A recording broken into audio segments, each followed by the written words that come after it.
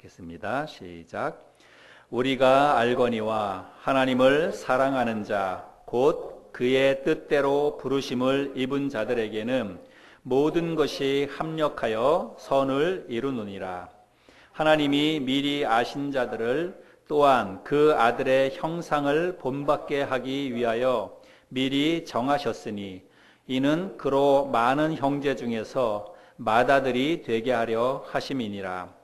또 미리 정하신 그들을 또한 부르시고 부르신 그들을 또한 의롭다 하시고 의롭다 하신 그들을 또한 영화롭게 하셨느니라. 아멘.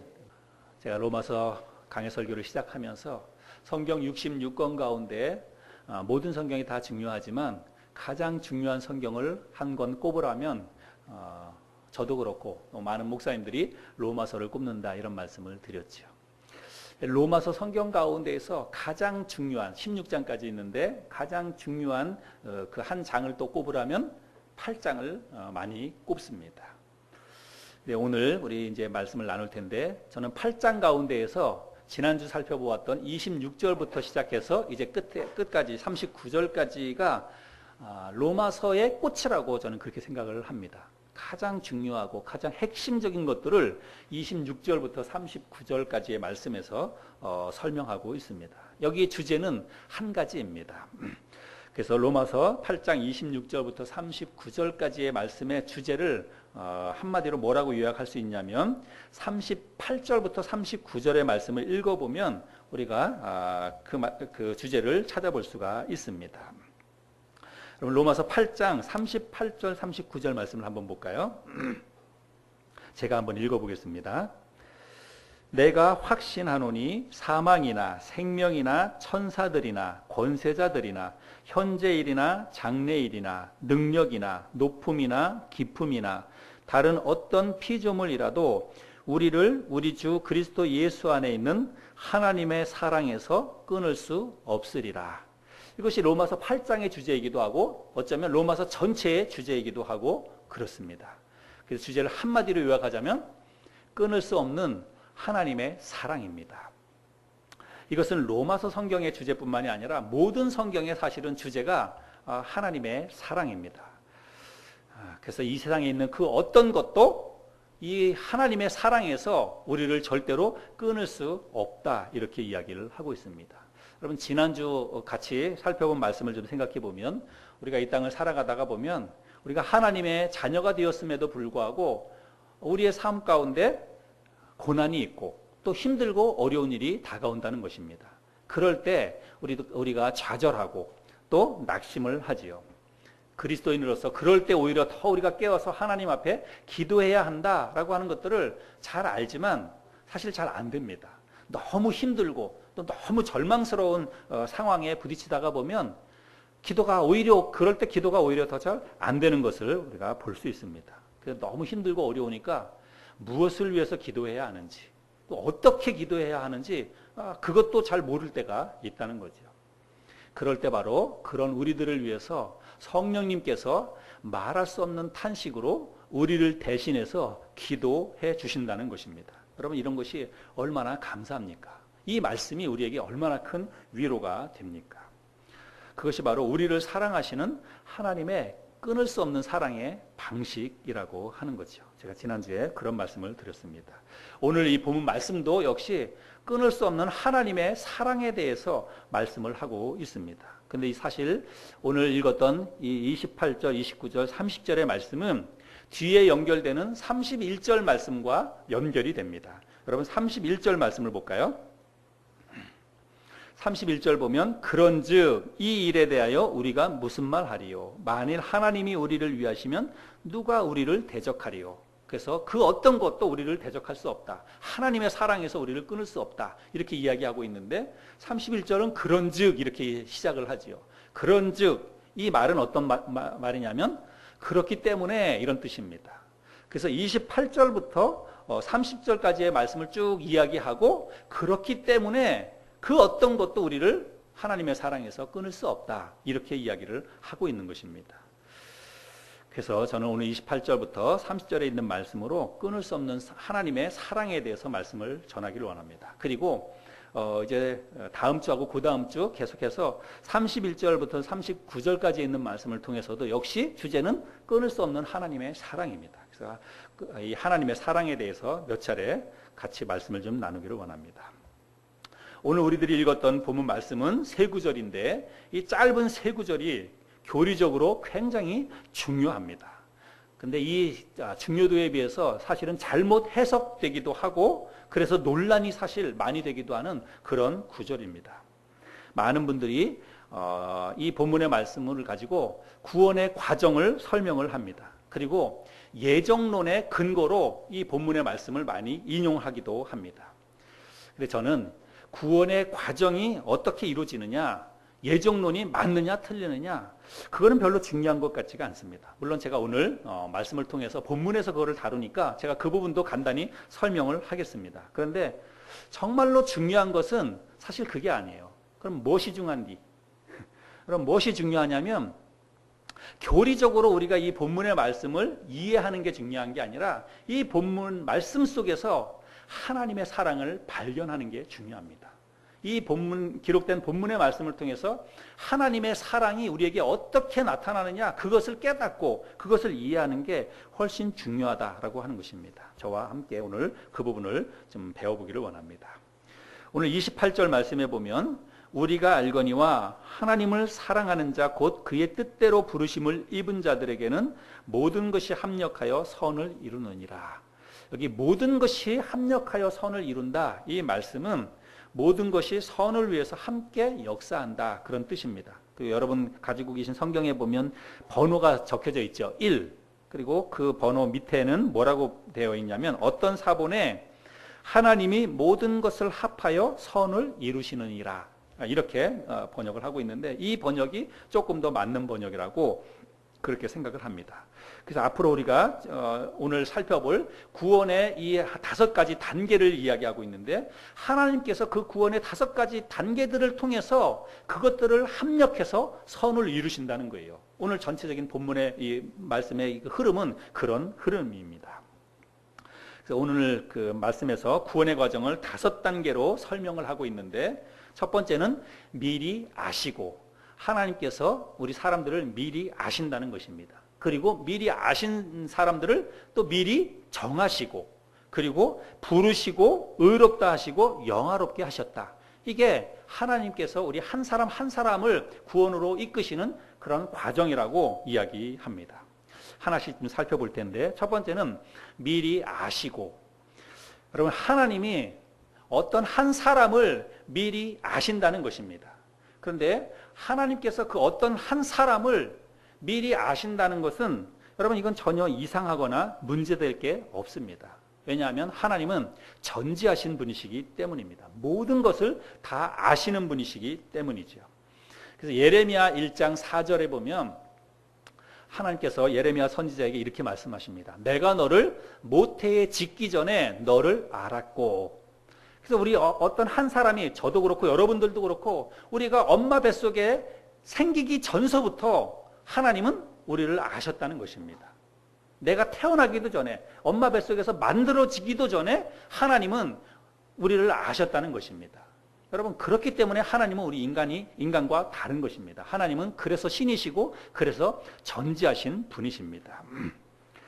그 다음은 미리 정하시고, 여러분 여기 미리 정하셨다는 것은 무엇을 정하셨다는 말씀일까요? 많은 사람들이 이것을 구원으로 정하셨다, 우리를 구원하시기로 작정하셨다, 이렇게 이야기를 합니다. 근데 사실은 이 본문의 말씀은 하나님께서 어떤 사람을 구원하시기로 미리 정하셨다는 그런 말씀이 아닙니다.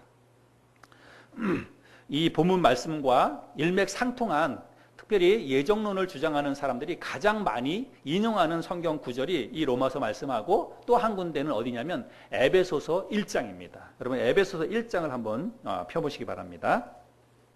에베소서 1장 3절부터 6절까지 먼저 우리 개역 개정판 성경을 제가 한번 좀 읽겠습니다. 여러분 눈으로 한번 잘 보시기 바랍니다.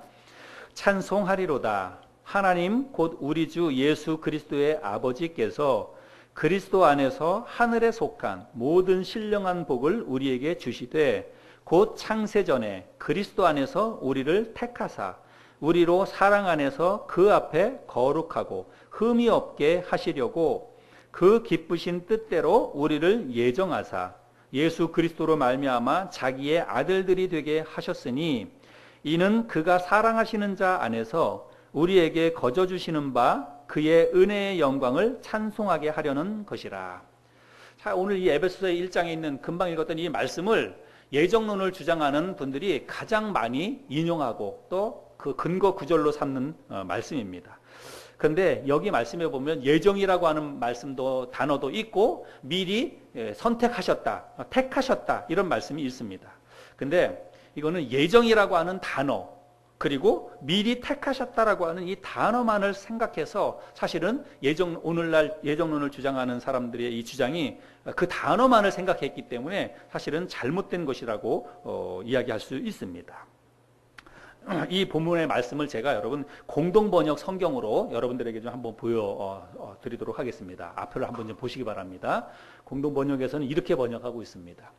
우리 주 예수 그리스도의 아버지 하나님께 찬양을 드립니다. 하나님께서는 그리스도를 통해서 하늘의 온갖 영적 축복을 우리에게 베풀어 주셨습니다. 우리를 그리스도와 함께 살게 하시려고 천지창조 이전에 이미 우리를 뽑아주시고 당신의 사랑으로 우리를 거룩하고 흠없는 자가 되게 하셔서 당신 앞에 설 수 있게 하셨습니다. 하나님께서는 예수 그리스도를 통하여 우리를 당신의 자녀로 삼으시기로 미리 정하신 것입니다. 이것은 하나님께서 뜻하시고 기뻐하시는 일이었습니다. 사랑하시는 아드님을 통하여 우리에게 거저 주신 이 영광스러운 은총에 대하여 우리는 하나님을 찬양할 수밖에 없습니다. 여러분 이게 번역이 우리가 본 개역 개정판하고는 약간의 차이가 있는 것을 여러분들이 발견하실 수 있습니다. 이 말씀에 보면 하나님께서 어떤 사람을 구원하시기로 창세전부터 미리 선택하고 결정하셨다고 그런 말씀이 아니라는 것을 알아야 합니다. 5절 말씀에 보면 하나님께서는 예수 그리스도를 통하여 우리를 당신의 자녀로 삼으시기로 미리 작정하신 것입니다.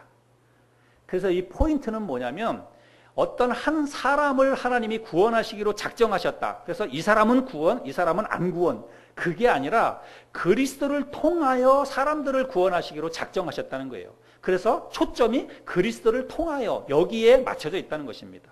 하나님께서 이렇게 작정하실 때는 예수님이 이 땅에 오시기 전입니다. 훨씬. 그러니까 천지창조, 하나님께서 이 땅을 창조하시기 전에 하나님의 계획 속에는 이미 내가 이 땅에 있는 모든 인간을 나중에 태어날 그리스도를 통해서 구원하겠다. 하나님이 그렇게 미리 작정하시고 그것을 예정하셨다는 말이에요. 어떤 한 사람을 누군가는 구원, 누군가는 안 구원, 그거를 하나님이 결정하셨다는 그런 말씀이 아니라고 하는 것을 여러분들이 잘 기억하시기를 바랍니다.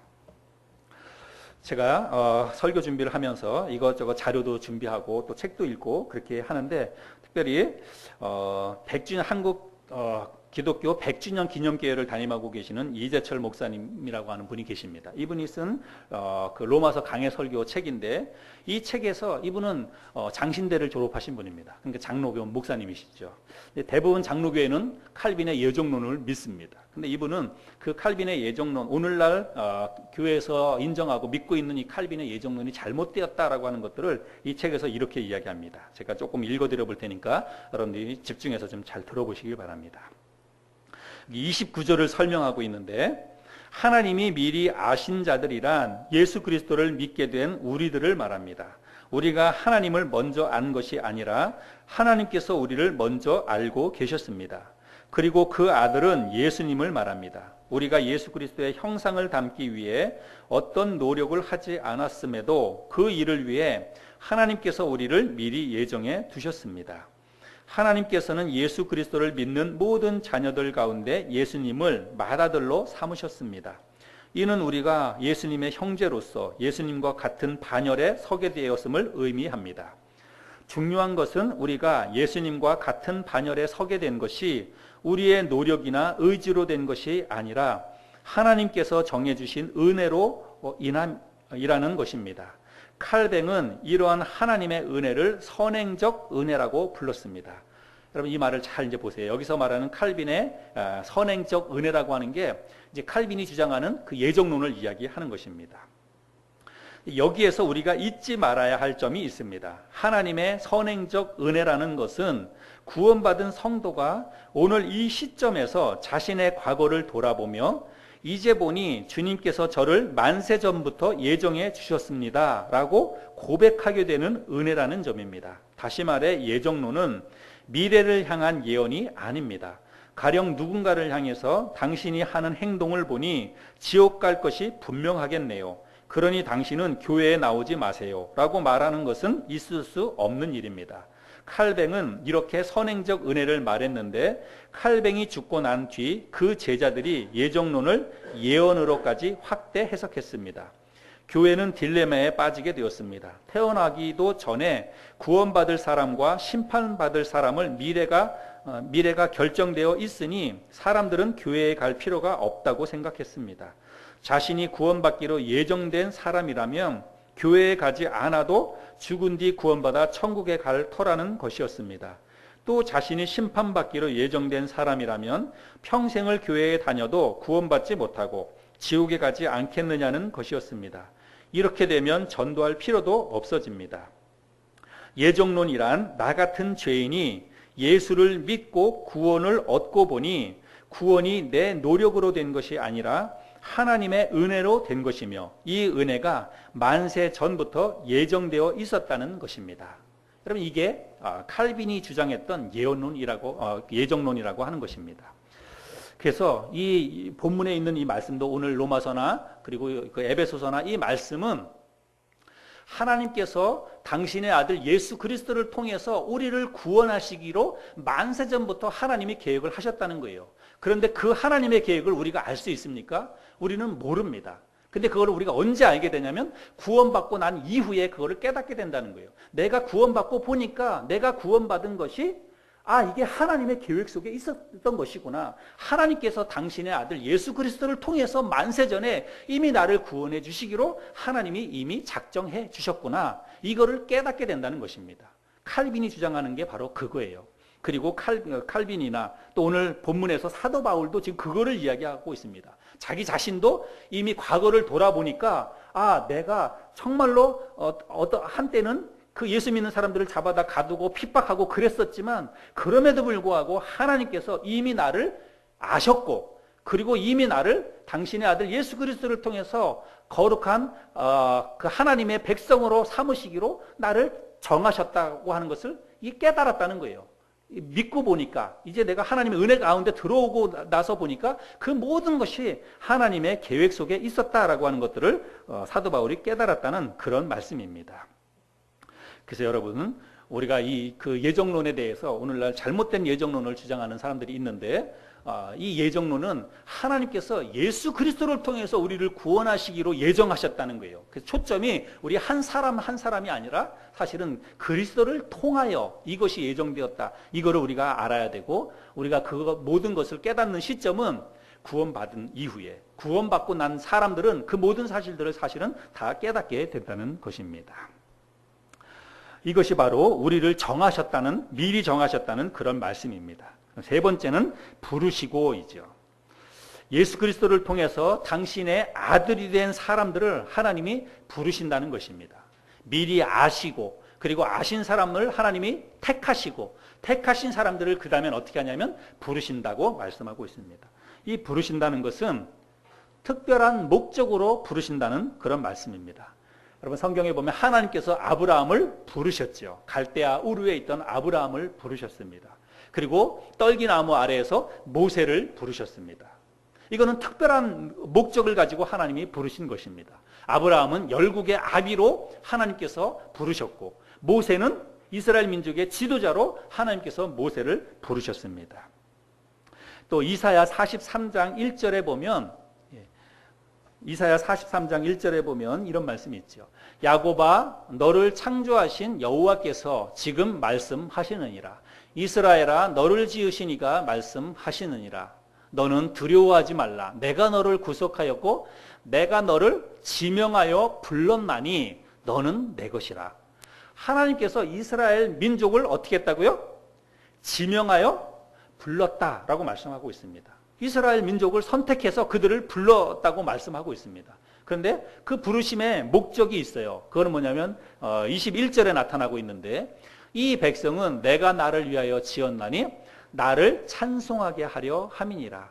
하나님께서 수없이 많은 민족 가운데에서 이스라엘 민족을 콕 집어서 그를 부르시고, 이스라엘 민족을 부르신 목적은 뭐냐면 하나님을 찬송하게 하기 위해서 이스라엘 민족을 부르셨다고 말씀하고 있습니다. 여러분, 우리는 잘 기억해야 됩니다.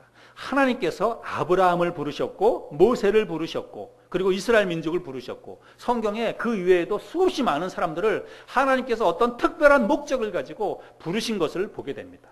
그런데 오늘 본문 말씀에 보면 그런 하나님이 저와 여러분들을 어떻게 했다고요? 부르셨다는 것입니다. 우리를 부르셨다고 말씀하고 있어요. 그러면 제가 지난번에도 말씀드렸는데, 우리가 하나님에 의해서 부르심을 받았다는 것은 어떤 의미냐면 우리가 하나님 나라를 위해서 뽑혔다는 거예요. 하나님 나라의 국가대표 선수로 우리가 뽑혔다고 하는 것입니다. 여러분, 이거는 대단한 영광이죠. 여러분, 대한민국 국가대표로 되는 게 여러분 이게 얼마나 힘듭니까? 국가대표로 내가 뽑힌다는 것은 이건 뭐 가문의 영광이죠. 큰 기쁨이 아닐 수가 없습니다. 그런데 우리 모두 구원받은 하나님의 사람들은 하나님 나라에 다 국가대표 선수로 뽑힌 거예요. 저와 여러분들은 다 국가대표입니다. 그런데 오늘 이 본문 말씀에 우리가 부르심을 받았다라고 하는 것은 국가대표 가운데에서도 주전 선수로 뽑혔다는 그런 의미가 될 수 있습니다. 제가 저는 축구를 굉장히 좋아하는데, 축구를 예를 들어보자면 이제 며칠 안 있으면 브라질 리우에서 올림픽이 열리는데 우리나라 축구 국가대표팀이 여기에 올림픽에 나갔지요. 근데 여러분, 축구 국가대표 선수로 뽑히는 것도 대단히 큰 영광이지만 더 큰 영광은 뭐냐면 그 올림픽에는 18명의 선수만 나갑니다. 월드컵에는 23명의 엔트리가 나가지만 18명의 선수가 사실은 경기에 다 뛰는 게 아니에요. 한 경기에 몇 명만 뜁니까? 축구는 11명만 뜁니다. 그러니까 18명 가운데에서 11명의 선수로 뽑히는 거예요. 그게 뭐냐면 부르심을 얻었다는 것입니다. 특별한 목적을 가지고. 어떤 사람들은 또 후반전에 교체 멤버로 감독이 그 사람을 부릅니다. 그래서 그 사람이 그 후반전에 아주 좋은 역할을 해가지고 경기에 승리를 할 수 있도록 그런 역할을 하기도 하죠. 이렇게 특별한 목적에 의해서 감독에게 부르심을 받는 거예요. 감독의 선택을 받는 게 바로 부르심을 받는다는 의미입니다. 그러면 여러분, 저와 여러분들은 하나님께서 나를 하나님 나라의 국가대표로 뽑아주셨는데 그 가운데에서 또 나를 부르신다면 그 부르심에 목적이 있는 것입니다. 그러면 나를 부르신 하나님의 목적이 무엇일까를 우리가 생각을 해봐야 한다는 거죠. 그 국가대표 선수들 가운데에서 11명의 선수로 뽑히거나 혹은 뭐 이런 단체 경기가 아니라 뭐 체조라든지 뭐 소년제 선수라든지 뭐 이렇게 개인적으로 이런 사람들은 물론 올림픽에 나가서 열심히 해가지고 메달을 따면 자기에게 영광이 됩니다. 자기가 금메달 받는 것이니까 자기에게 영광이 됩니다. 근데 여러분 보세요. 올림픽에서 금메달을 목에 걸면 그 한 사람의 영광으로 끝납니까? 아니잖아요. 그 사람이 그 시상대 위에 섰을 때에 애국가가 울려 퍼지는 것입니다. 그러면 전 세계에 있는 모든 사람들에게 대한민국이라고 하는 이 나라 전체가 영광을 받는 거예요. 그 한 사람 때문에 대한민국이 영광을 받게 되는 것입니다. 여러분, 내가 하나님 나라에 특별히 그 부르심을 받았다고 하는 것은 내 자신의 영광만을 위해서 살아서는 안 된다는 거예요. 우리는 그 순간에 내가 부르심을 받았다는 것은 하나님 나라의 영광을 위해서 부르심을 받았다는 것을 잘 알아야 됩니다. 여러분, 국가대표로 뽑힌 사람이 나라는 생각하지 않고 오직 자기 자신만을 생각하고 자기 자신의 영광만을 생각해서 금메달을 따겠다고 생각을 한다면 그 사람은 자격이 없는 사람입니다. 대한민국이라고 하는 이 나라를 생각해야 돼요. 그리고 그 사람이 시상대 위에 섰을 때 우리가 함께 애국가를 부르면서 눈물을 흘리지 않습니까? 마치 내가 영광을 얻은 것처럼 내 기쁨인 것처럼 대한민국에 있는 모든 국민들이 다 함께 그 기쁨을 누리지 않습니까? 그러니까 우리가 하나님 나라의 부르심을 받았다는 것은 내가 하나님에 의해서 특별한 목적으로 부르심을 받았다는 것을 잘 여러분 기억해야 됩니다. 그러면 하나님께서 나를 부르셨을 때 어떠한 목적을 가지고 부르셨을까? 아브라함을 부르신 목적이 있고 모세를 부르신 목적이 있고 이스라엘 민족을 부르신 목적이 있듯이 나를 부르신 목적이 있다는 거예요. 그건 뭐냐면 여러분 에베소 1장 6절에 나타나 있습니다. 우리 같이 한 목소리 좀 읽어볼까요?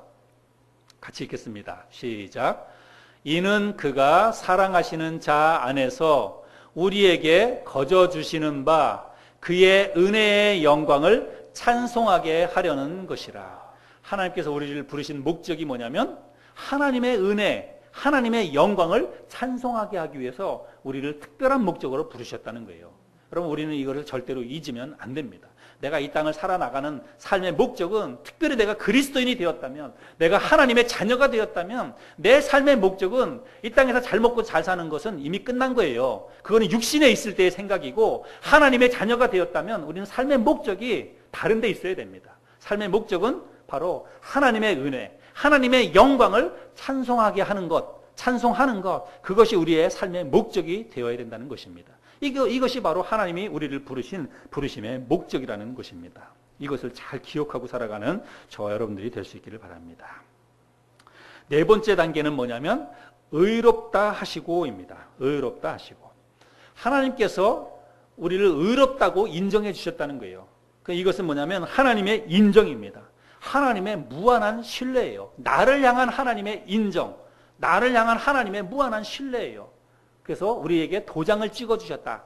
그야말로 우리가 어떤 제품을 만들고 나면, 여기 뭐 가전제품들이 있는데 제품을 만들고 나면 이 제품을 심사하는 그 기관에서 도장을 찍습니다. KS 마크를 찍는다든지. 그러면 이 제품은 그 인정을 받았다고 하는 거죠. 여기 의롭다함을 받았다는 것은 우리가 하나님에 의해서 도장을 받았다는 거예요. 하나님의 인정을 받았다고 하는 것입니다. 여러분 아브라함의 경우를 생각해 볼까요?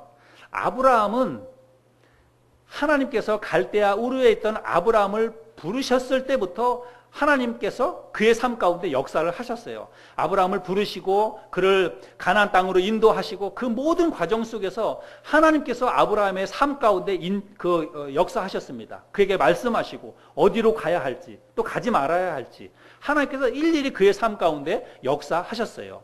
근데 그 역사하심은 아브라함이 하나님으로부터 의롭다함을 받기 전입니다. 여러분 이거를 잘 기억하셔야 돼요. 하나님으로부터 의롭다함을 받기 전에도 하나님은 아브라함의 삶 가운데 역사하셨어요. 그런데 하나님께서 언제 아브라함을 의롭다고 도장을 찍어주셨느냐면 전혀 불가능한 상황 속에서 하나님의 약속의 말씀을 믿었을 때에, 그때 하나님께서 아브라함을 의롭다고 인정을 해 주셨다고 하는 것입니다.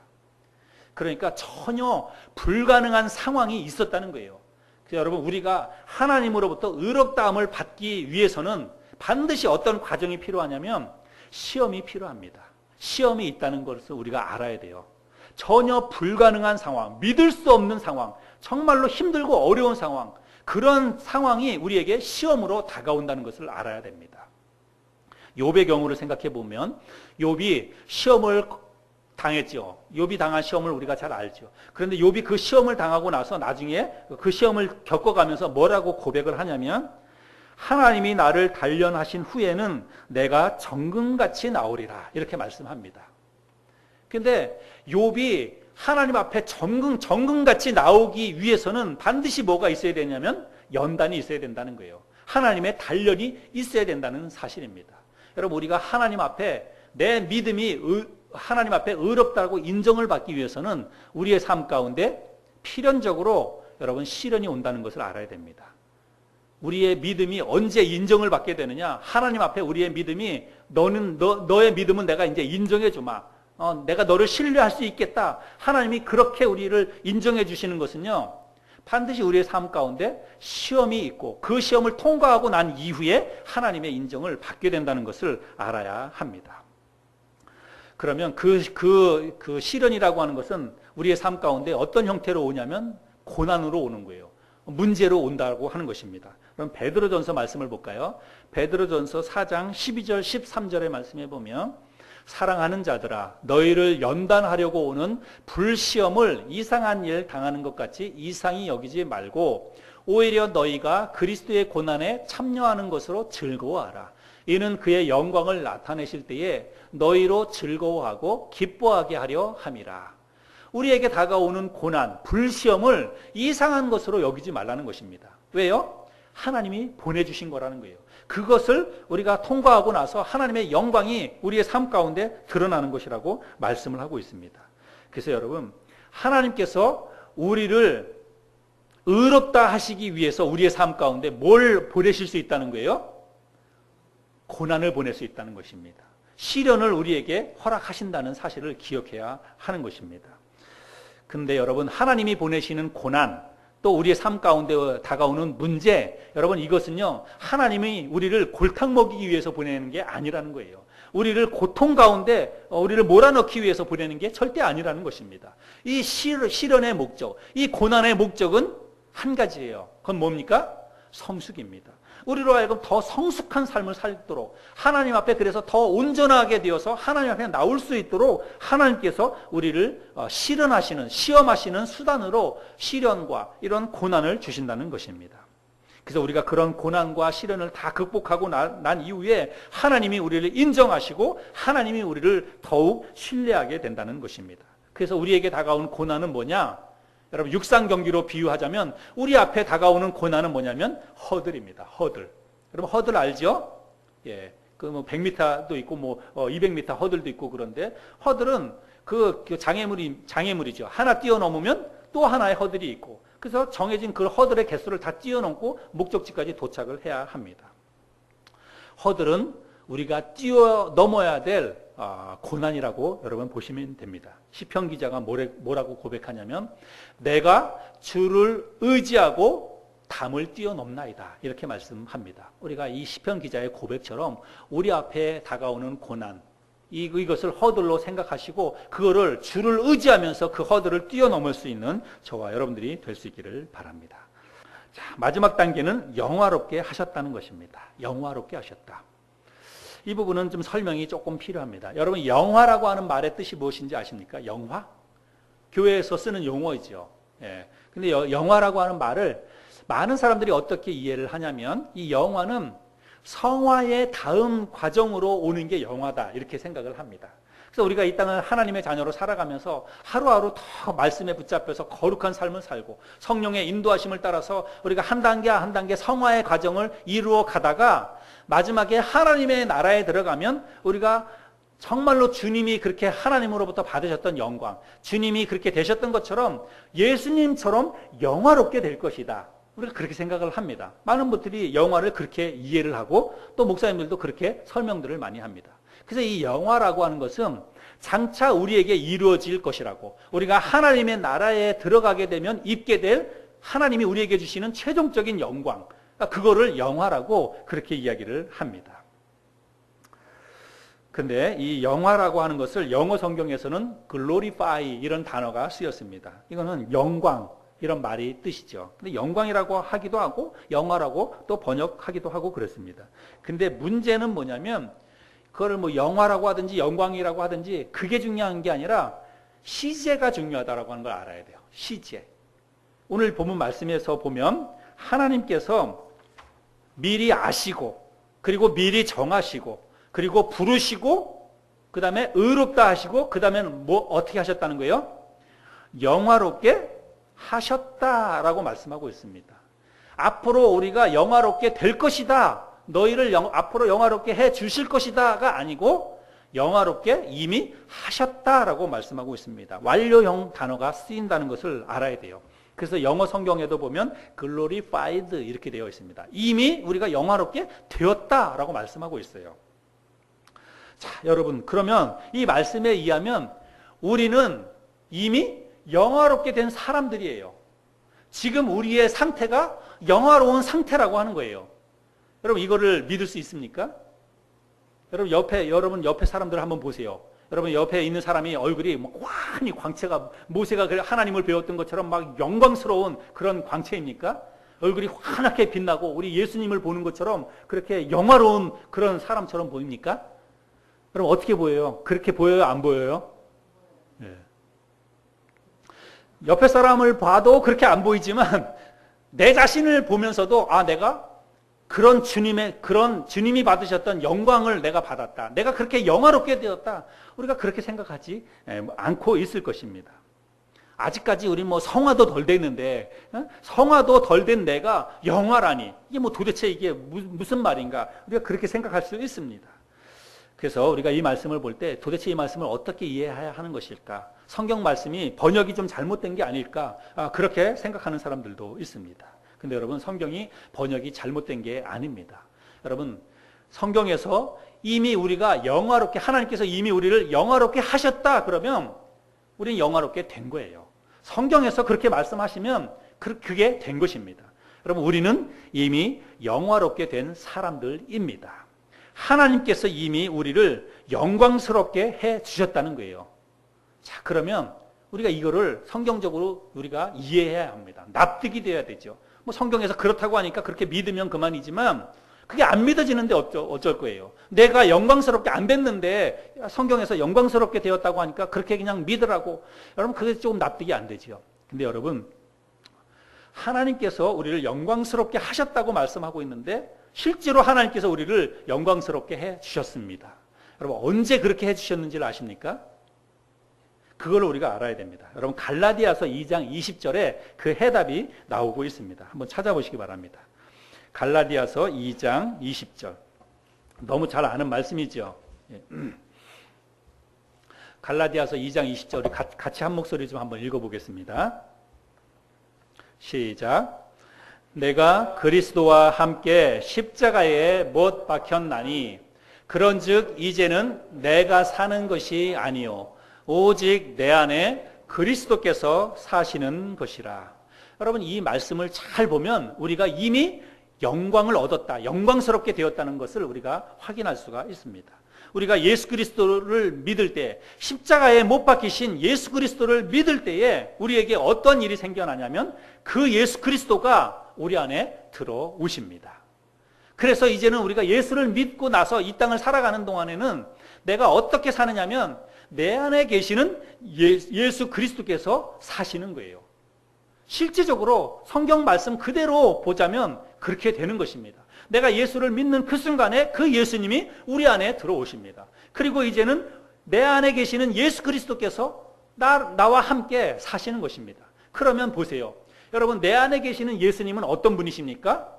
내 안에 계시는 예수님은 영광스러운 분이시죠. 하나님께서 그 예수님을 영광의 보좌에 앉혀주셨습니다. 하나님께서 그에게 영화를 입혀주셨어요. 그 예수님은 이미 영광스러운 분이시고 영화롭게 되신 분이십니다. 그것에 대해서는 우리가 의심하지 않을 거예요. 그런데 그 예수님이 저 하나님 보좌 우편에도 계시지만 그 예수님이 내 안에도 계신다는 거예요. 그 예수님이 내 안에 계시기 때문에 내가 영광스럽게 되었다는 거예요. 여러분, 이해가 되시죠? 그 예수님이 내 안에 계시기 때문에 우리가 영광스럽게 되었다는 말씀입니다. 그래서 하나님께서 예수님이 십자가에 죽으시고 죽은 지 3일 만에 부활하셨을 때에 하나님께서 그 예수님을 영화롭게 해 주셨습니다. 우리가 그 예수 그리스도를 믿고 내 마음속에 받아들이는 순간에 우리는 죄와 죽음으로부터 해방을 얻습니다. 그것이 바로 하나님이 우리에게 주시는 영화예요. 죄와 죽음으로부터 우리를 완전히 해방시켜 주시는 게 바로 우리가 얻은 영광이라고 하는 것입니다. 여러분, 저와 여러분들은 이미 하나님이 주시는 영광을 받았습니다. 죄와 사망으로부터 우리가 이미 해방을 받았잖아요. 우리는 이미 죄로부터 자유함을 얻은 몸이고 죽음으로부터도 자유함을 얻은 몸입니다. 그러니까 예수님이 그러셨던 것처럼 우리도 역시 죄와 죽음으로부터 자유를 얻은 그런 영광스러운 사람들이라고 하는 것입니다. 그동안 우리가 살펴봤는데 5가지를 살펴보았는데 하나님은 우리 한 사람 한 사람을 첫 번째는 미리 아셨습니다. 그리고 예수님을 통해서 당신의 아들이 되도록 미리 정하셨죠. 그리고 미리 정한 사람들을 특별한 목적으로 부르시고 의롭게 하시고 영화롭게 해 주셨습니다. 자, 이것이 뭐냐면 이것이 바로 우리에게 이루어진 선이에요. 하나님께서 합력하여 이루신 선이 바로 이 5가지, 이것이 바로 하나님께서 우리에게 이루신, 합력해서 이루신 선이라고 이야기하는 것입니다. 여러분, 우리는요, 내가 어떤 사람인지, 내가 누구인지를 잘 알아야 합니다. 근데 여러분, 신앙생활 하면서도 그리스도인이 되었다고 하면서도 사실은 자기 자신이 어떤 존재인지를 잘 모릅니다. 내가 어떤 사람인지를 잘 몰라요. 오늘 우리가 앞에 살펴본 이 5가지를 한번 여러분 잘 생각해 보시기를 바랍니다. 여러분, 우리는요, 이미 창세 전부터 하나님께서 미리 아신 사람들이었습니다. 창세 전부터 하나님께서 예수 그리스도를 통해서 거룩한 당신의 자녀로 삼으시기로 미리 작정되어 있었던 사람이 바로 우리라고 하는 것입니다. 하나님께서 우리가 또 이 세상을 자연인으로, 예수를 모르는, 하나님을 모르는 사람으로 우리가 살고 있었는데, 하나님께서 예수 그리스도 통해서 우리를 부르셨고, 그리고 우리를 의롭게 하시고, 그리고 우리에게 영화를 입혀 주셨다는 사실입니다. 그럼 이게 얼마나 놀랍습니까? 이 모든 일들이 정말로 창세전부터 하나님의 계획 속에 있었다는 거예요. 그리고 지금도 우리는 하나님의 그 계획 속에서 하루하루를 우리가 지금 살아가고 있다는 거예요. 천지우주를 만드신 그 하나님의 계획 속에 내가 들어가 있다는 사실입니다. 그럼 이게 얼마나 놀랍습니까? 우리는 그런 존재라고 하는 거예요. 내 자신이 이 세상에서, 물론 이 세상에서 안 믿는 사람들과 세상으로부터는 내가 인정받지 못하고 어쩌면 멸시를 당하고 괄시를 당할지 모릅니다. 여러분, 그러나 우리는 그런 존재가 아니라고 하는 거 여러분 기억하세요. 여러분, 우리는 하나님의 이 엄청난 계획 속에 들어가 있는 사람들이라고 하는 사실이에요. 내가 구원받고 하나님의 자녀가 되었다면 나는 지금도 그 하나님의 계획 속에서 하루하루를 살아가고 있는 그런 존재라고 하는 사실입니다. 여러분, 이 사실을 기억하시기를 바랍니다. 제가 짧은 영상인데 영상을 좀 하나 보여드리기를 원합니다. 근데 화질이 조금 떨어지는데 여러분 한번 좀 보시기를 바랍니다.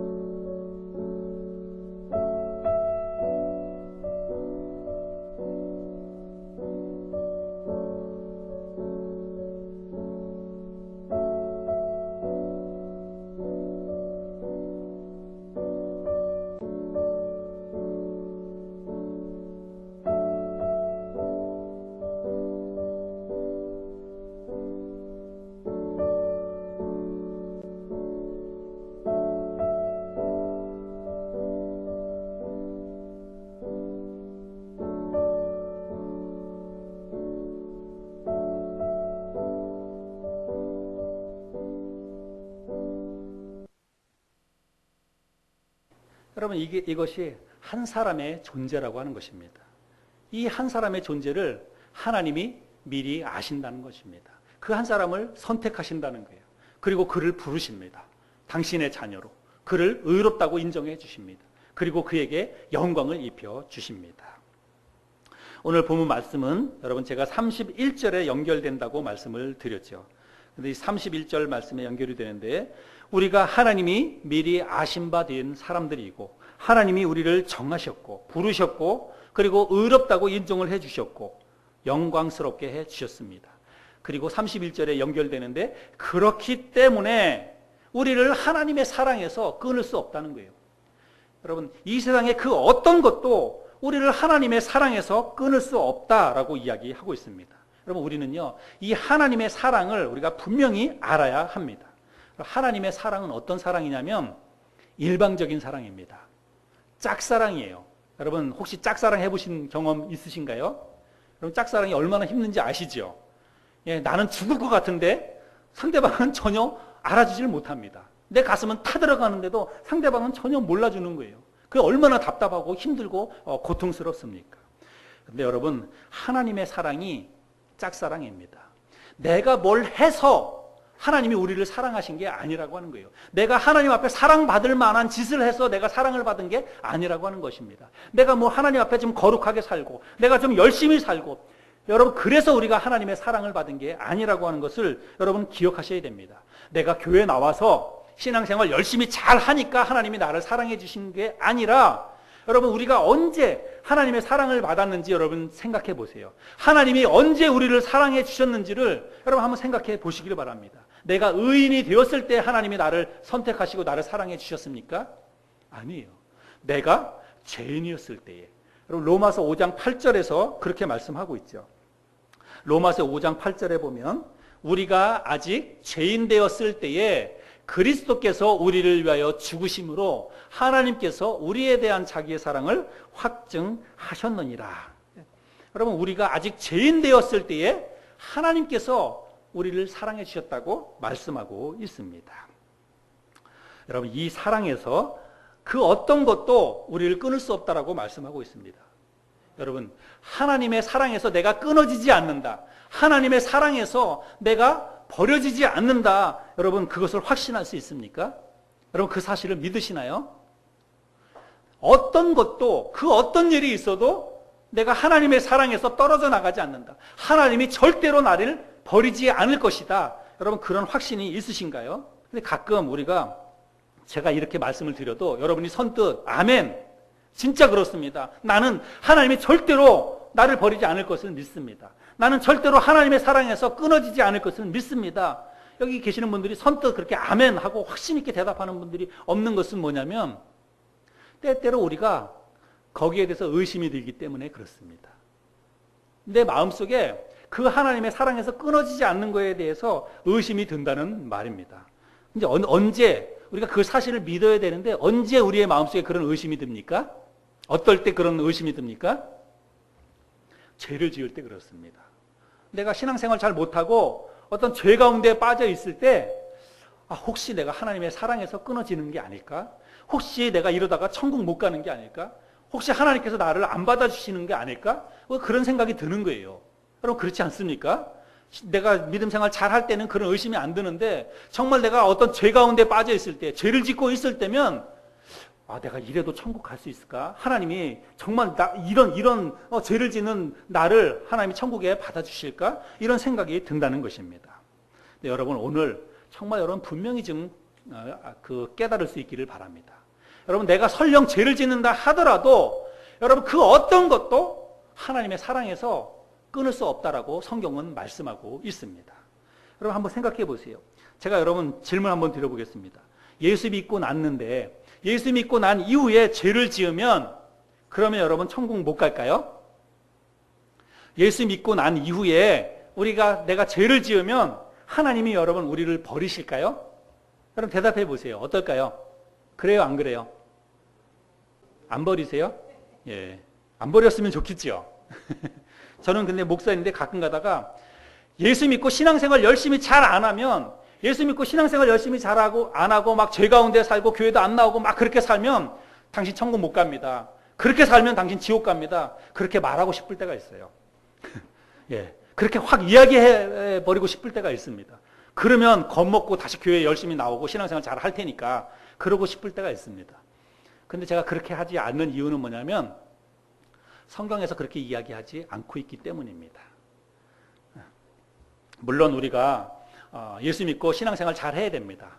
그리고 죄 지으면 안 됩니다. 그러나 그럼에도 불구하고 여러분 죄를 지어도 우리가 천국 못 가거나 하나님이 우리를 버리시거나 그런 것은 아니라고 하는 사실을 오늘 분명히 깨달을 수 있기를 바랍니다. 자, 여러분 자녀들이 있잖아요. 근데 여러분 자녀들이 있는데 자녀들이 살다가 죄를 지어요, 안 지어요? 죄를 짓지요. 그러면 여러분의 자녀가 죄를 지으면 여러분의 자녀를 버립니까? 부모가 자기 자식이 죄를 짓는다고 해가지고 자기 자식을 버리는 부모가 있습니까? 그런 부모는 없습니다. 자녀가 잘못을 하고 죄를 지으면 자녀를 여러분 집안에서 영 내쫓는 부모가 있습니까? 잠시 한두 시간 정도 문 밖에 세워놓는 그런 것은 있을 수 있어요. 그럴 수는 있을 수 있습니다. 그러나 그 자녀를 너 이제부터는 나쁜 짓 했으니까 부모에게 잘못했으니까 절대로 우리 집에 들어오지 말아라 하고 집안에서 영원토록 내쫓는 부모는 없어요. 그런 부모는 세상에 없습니다. 그냥 징계하기 위해서 몇 시간 문 밖에 세워서 벌을 주는 부모는 있을지 몰라도 영원토록 집에 못 들어오도록 집을 내쫓는 부모는 없습니다. 여러분 하나님도 마찬가지입니다.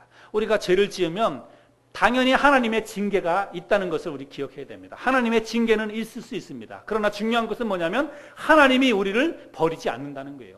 하나님의 사랑에서 끊어지지 않는다는 사실입니다. 이 사실만큼은 저와 여러분들이 분명히 기억을 하실 수 있기를 바랍니다.